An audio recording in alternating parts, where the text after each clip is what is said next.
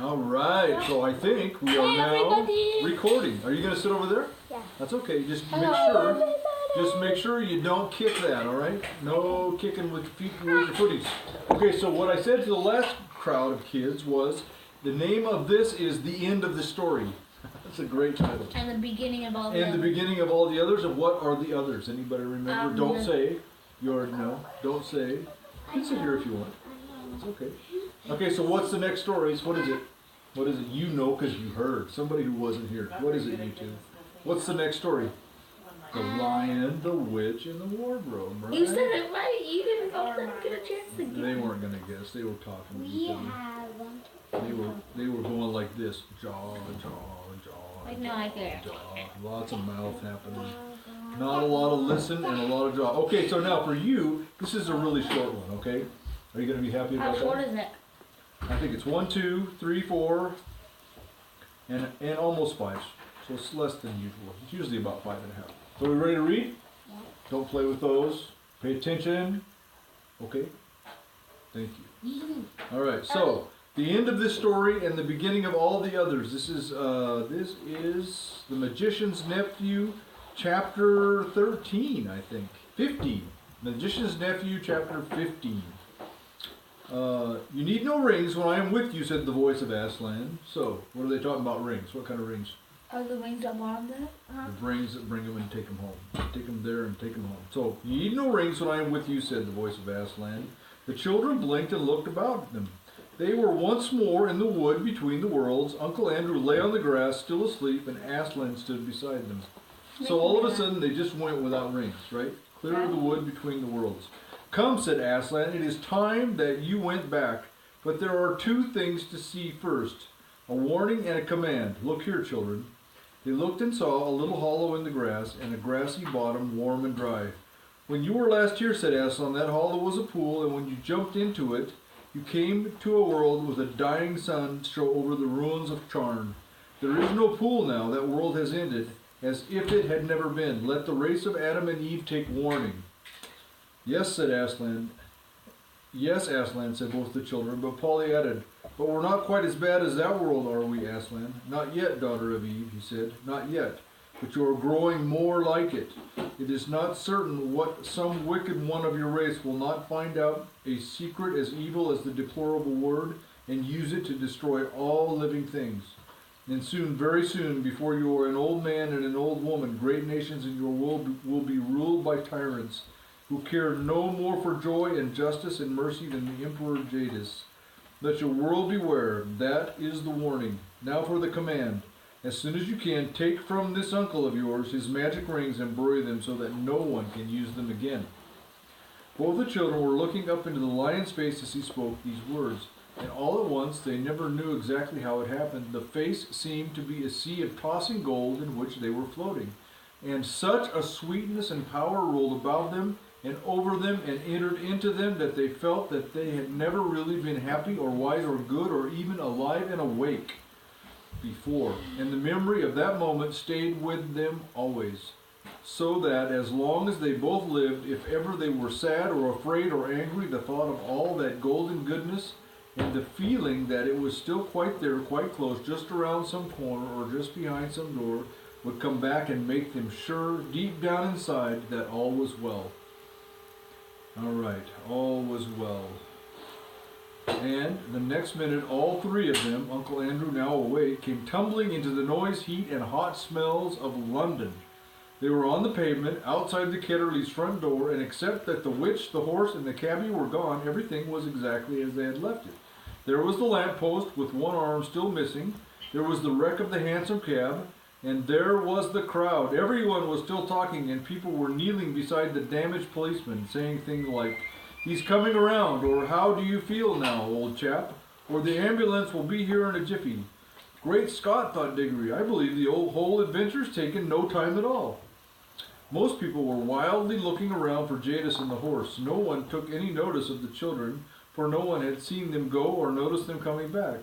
As for Uncle Andrew, between the state of his clothes and the honey on his face, he could not have been recognized by anyone.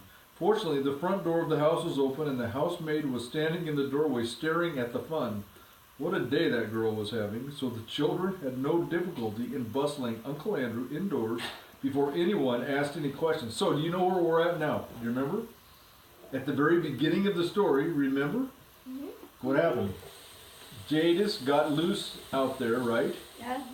And was running around causing all kinds of trouble, right? Yeah. Uh-huh. And now they came back, and who's not here? The white witch. Jadis and the horse and The white witch. the cabbie. Jadis is the white witch. Yeah.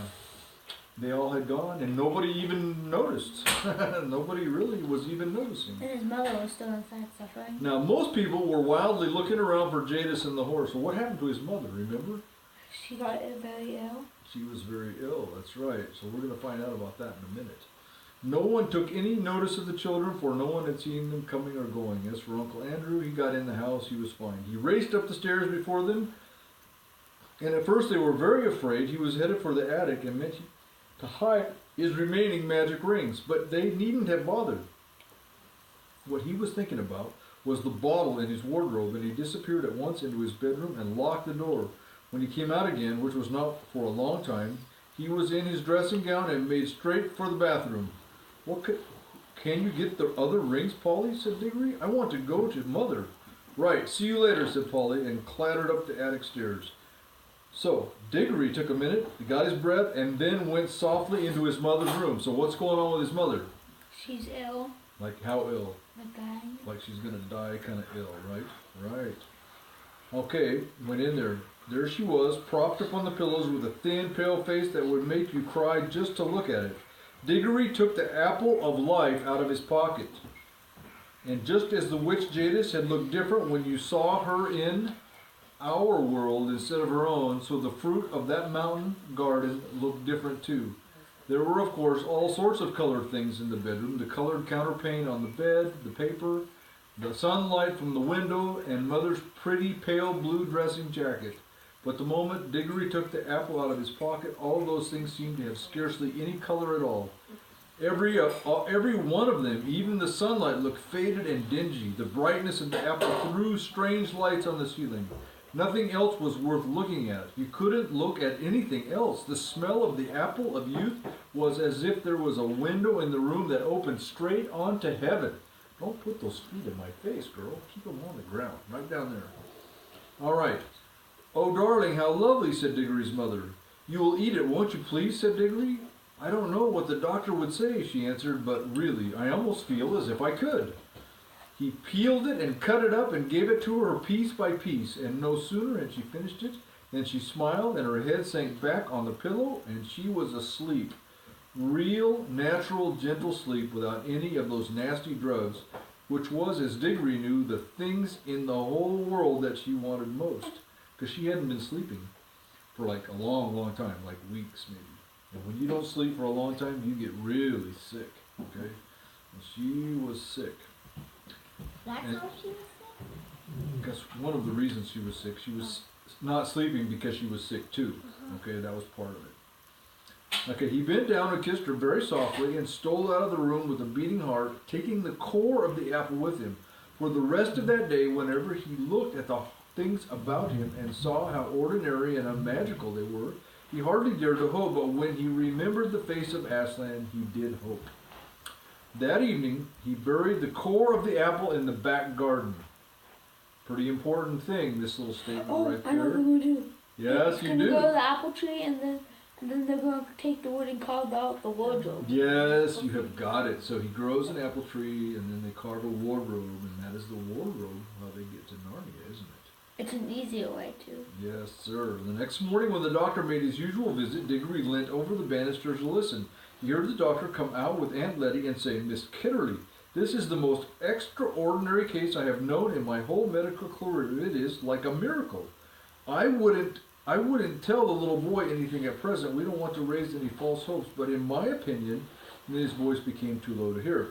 That afternoon he went down to the garden and whistled. They whistled their agreed secret signal for Polly. She hadn't been able to get back the day before. And what luck, said Polly, looking over the wall. I mean, what about your mother? I think it's going to be all right, said Diggory. But if you don't mind, I'd rather not talk about that yet. What about the rings? I've got them all, said Polly. Look, It's all right. I'm wearing gloves. Let's bury them. Let's. Yes, do it. I marked the place where I buried the core of the apple yesterday. Then Polly came over the wall, and they went together to that place. But as it turned out, Diggory need not have marked the place. Something was already coming up. It was not growing so that you could see it grow as the new trees had grown in Narnia, but it was already well above the ground. So think of that. An apple tree that started to grow in one day. Now that is crazy, right? I am a tree. Yeah. And see? All right, but it was already above the ground. They got a trowel and buried all the magic rings, including their own ones, in a circle around it. About a week after this, it was quite certain that Diggory's mother was getting better. About a fortnight later, she was able to sit out in the garden, and in a month, the whole house had become a different place. Aunt Letty did everything that Mother liked. Windows were open, frowsy curtains were drawn back to brighten the rooms. There was new flowers everywhere, and nicer things to eat, and the old piano was tuned, and Mother took up to her singing again, and had such games with Diggory and Polly and Aunt Letty, they would say, "I declare, Mabel, you're the biggest baby of the three." Would you like to be the biggest baby of the three? I want to be a big baby. Yeah, because you know what? If you were really sick, you'd like to be a big baby. I want to be a little one. You want to live is what you want to do. If you I think want to you're be a sick, little right? baby. All right. When things go wrong, you'll find that usually they go on getting worse for some time, but then things, once they start going right, they often go on getting better and better. After about 6 weeks of this lovely life, there came a long letter from Father in India which had wonderful news in it. Old grand Uncle Kirk had died, and this meant apparently that Father was now very rich. Oh, there you go. He was going to retire and come home from India forever and ever, and the great big house in the country, which Diggory had heard of all of his life and had never seen, would now be their home. The big house with the suits of armor, the stables, the kennels, the river, the park, the hothouses, the vineries and the woods, and the mountains behind it, so that Diggory felt just as sure as if that they were all going to live happily ever after. But perhaps you would like to know just one or two things more. Just wait. Polly and Diggory were always great friends, and she came nearly every holiday to stay with them at their beautiful house in the country, and that was where she learned to ride and swim and milk and bake and climb. In Narnia, the beasts lived in great peace and joy, and neither the witch nor any of her other enemies came to trouble that pleasant land for many hundred years.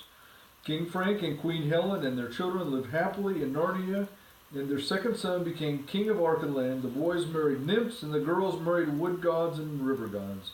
The lamppost which the witch had planted, without knowing it, shone day and night in the Narnian forest, so that the place where it grew came to be called Lantern Waste. And you've heard of that. And when many, many years later another child from our world got into Narnia on a snowy night, he found the light still blazing.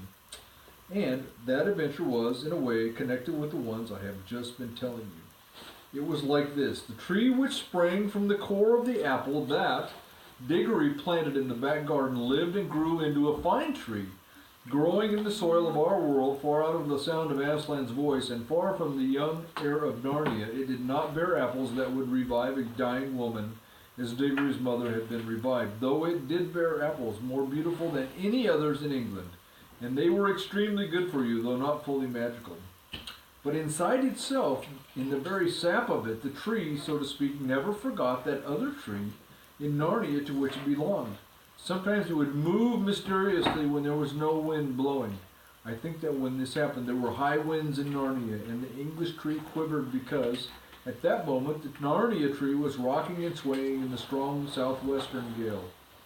However that might be, it was proved later that there was still magic in its wood, for when Diggory was quite middle-aged, and he was a famous learned man, a professor, and a great traveler by that time, and the Ketterleys' old house belonged to him, there was a great storm all over south of England, which blew the tree down. All right, you be good, or else, all right? Like, put down that. Like on the ground down. He's making me laugh. I know. I'm trying. That's why I'm putting Put it on the up. ground. Are And you doing stop it it? too, okay? What am I doing? You're doing it with him. You two, look at me in the face. Eyes. You stop it? The answer is okay. Okay. You stop it? Yes, sir. The answer is okay. You can say yes, sir, and okay if you want. Okay is all I need. All right, and if you cause me trouble, guess what? Straight to the car, right? All right, both of you this time, not just you, like I threatened last time. All right. Yeah, early start on homework. Early start on homework. That sounds I already finished homework. okay. Be just sitting out there bored to death then. All right. And Got clean it? your mom's car. Say yes. Make up Yes. something. Got it? Yes. Yeah, we're almost done. Just hang on there, Can girl. I No, have you a can't comment say for it? anything. You need to be quiet because we got to get this finished. All right. All right. So now what happened? Oh, the tree blew down, and they chopped. They couldn't bear to have it simply chopped into firewood, so he had part of the timber made into a wardrobe, which he put in his big house in the country. And though he himself did not discover the magic properties of that wardrobe, somebody else did. That was the beginning of all the comings and going between Narnia and our world, which you can read about in other books. Like which book? The Lion, the Witch, and the Wardrobe, right? So when Diggory and his people went to live in the big country house, they took Uncle Andrew to live with them. For Diggory's father said, "We must try to keep that old fellow out of mischief, right? And it isn't fair that poor Letty should have to always have him on her hands." Uncle Andrew never tried any magic again as long as he lived. He had learned his lesson, and in his old age he became a nicer and less selfish person than he had ever been before. But he always liked to get visitors alone in the billiard room and tell them stories about a mysterious lady, a foreign royalty, with whom he had driven about London. Who's that? Why, what? That's the White Witch. And he used to say, "A devilish temper she had," he would say, "but she was a dem fine woman, sir, a dem fine woman," he would say. Because that's what they said in London at that time. And guess what? We have finished the first of 6 books. You know what, Savannah? You have stayed here almost the whole way through a whole book. This much. Look at how much you guys read. Look at how much. Have you survived, Savannah? Are you going to be okay? All right. Grandpa, I have a Can you comment. get up and shut that off for me, please? I have a comment. What's your So, comment? You know, in the Bye, second book everybody. Bye, everybody. Everybody say bye. Bye. So do you know like where they live in the Thank